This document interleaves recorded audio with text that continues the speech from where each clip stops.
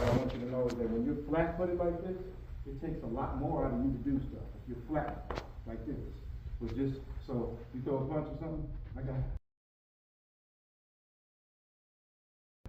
Look at, okay? Now, if I simply raise this back foot slightly, just a little bit off the ground.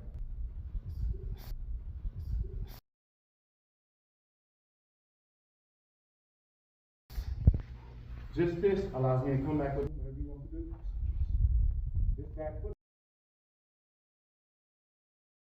allows me to move. It should always be here.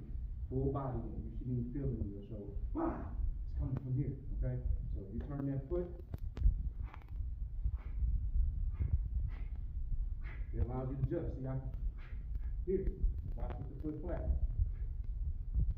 Watch with the knee bent. I mean with the foot bent.